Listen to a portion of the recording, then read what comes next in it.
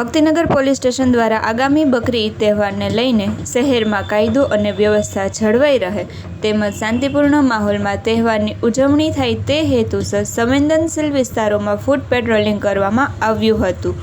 આ ફૂટ પેટ્રોલિંગ દરમિયાન PI Shri JD Parmar સાહેબના માર્ગદર્શન હેઠળ પોલીસ સ્ટાફે વિવિધ વિસ્તારોમાં ફરી લોકોને શાંતિ અને સૌહાર્દ જાળવવાની અપીલ કરી હતી। સાથે જ અસામાજિક તત્વો સામે કડક કાર્યવાહી કરવાની ચેતવણી પણ આપવામાં આવી હતી। એનએસયુઆઈ દ્વારા સૌરાષ્ટ્ર યુનિવર્સિટી ખાતે વિરોધ પ્રદર્શન। કોરોના કાળ દરમિયાન 2019 ફેલ થયેલ વિદ્યાર્થીઓને ફરી પરીક્ષાનો મોકો આપવામાં આવે। સૌરાષ્ટ્ર યુનિવર્સિટી દ્વારા 45 દિવસમાં રિઝલ્ટની જાહેરાત કરવામાં આવી હતી। જોકે એક પણ રિઝલ્ટ 45 દિવસમાં આપવામાં આવતું નથી।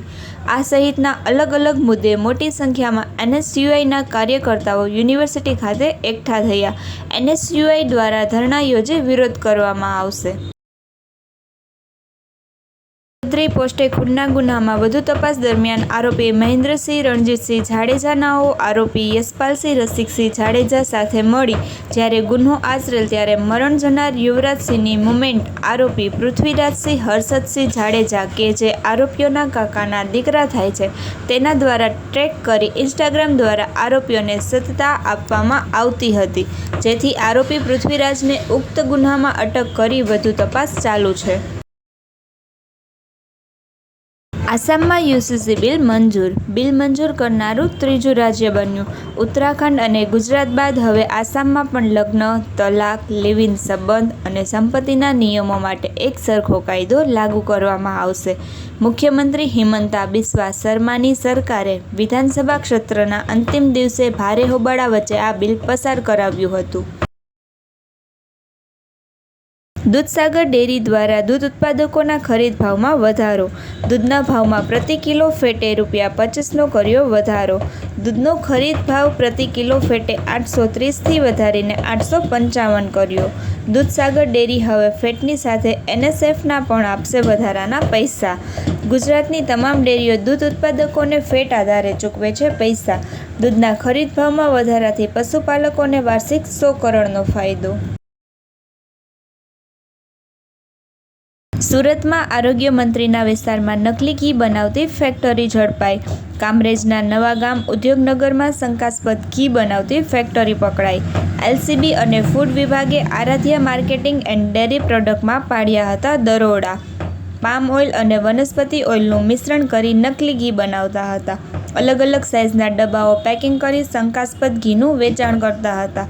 ફેક્ટરીમાંથી ₹3 લાખથી વધુનો મુદ્દામાલ કબજે કરી તપાસ હાથ ધરી। કચ્છમાં વાડી વિસ્તારમાંથી કેબલ ચોરી કરતી ગેંગને અંજાર પોલીસે ઝડપી પાડી છે।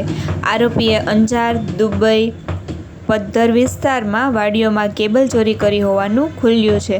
અંજાર પોલીસ દ્વારા ખાસ ટીમો બનાવી છેલ્લા 15 દિવસથી રાત્રિ પેટ્રોલિંગ અને વોચ ગોઠવવામાં આવી હતી। પોલીસ તપાસમાં વધુ ખુલાસો થયો કે ચોરી કરાયેલ કોપર વાયર અંજારના 2 ભંગાર વેપારીઓને વેચવામાં આવતો હતો। દેવભૂમિ દ્વારકા જિલ્લા પોલીસ દ્વારા ફરાર આરોપીઓ સામે ચલાવવામાં આવેલ ખાસ ડ્રાઈવ દરમિયાન ખંભાળિયા પોલીસને મહત્વની સફળતા મળી છે। ખંભાળિયા પોલીસ સ્ટેશનમાં નોંધાયેલા ગુનામાં છેલ્લા 5 મહિનાથી નાસ્તો ફરતો આરોપી રાજકોટ શહેરના કુવાડવા વિસ્તારમાંથી ઝડપાઈ ગયો। રાજકોટ રેન્જના નાયબ પોલીસ મહાનિરીક્ષક શ્રી નિર્લિપ્તરાય સાહેબ તથા જિલ્લા પોલીસ અધિક્ષક શ્રી જયરાજસિંહ વાળા સાહેબના માર્ગદર્શન હેઠળ ફરાર આરોપીઓને પકડવા માટે ખાસ કામગીરી હાથ ધરવામાં આવી હતી। ખંભાળિયા ડિવિઝનના નાયબ પોલીસ અધિક્ષક મિત રુદલાલ સાહેબના માર્ગદર્શન હેઠળ ખંભાળિયા પોલીસ સ્ટેશનના પીઆઈ સીઆર રાણા સાહેબની ટીમે સફળ ઓપરેશન પાર પાડ્યું હતું।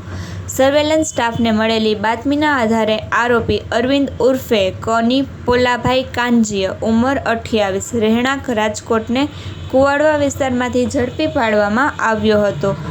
આરોપી પાસેથી ગુનામાં ઉપયોગમાં લેવાયેલી GJ03BX1495 નંબરની અતુલ કંપનીની રિક્ષા કિંમત અંદાજે ₹50,000 કબજે લેવામાં આવી છે। આ આરોપી સામે અગાઉ રાજકોટ અને મોરબી જિલ્લામાં ચોરી, પ્રોહિબિશન અને જીપી એક્ટ હેઠળના અનેક ગુનાઓ નોંધાયેલા હોવાનું પોલીસ તપાસમાં બહાર આવ્યું છે। આ સમગ્ર કામગીરીમાં પીઆઈ CR રાણા તેમજ સર્વેલન્સ સ્ટાફના પોલીસ કર્મચારીઓએ મહત્વપૂર્ણ ભૂમિકા ભજવી હતી.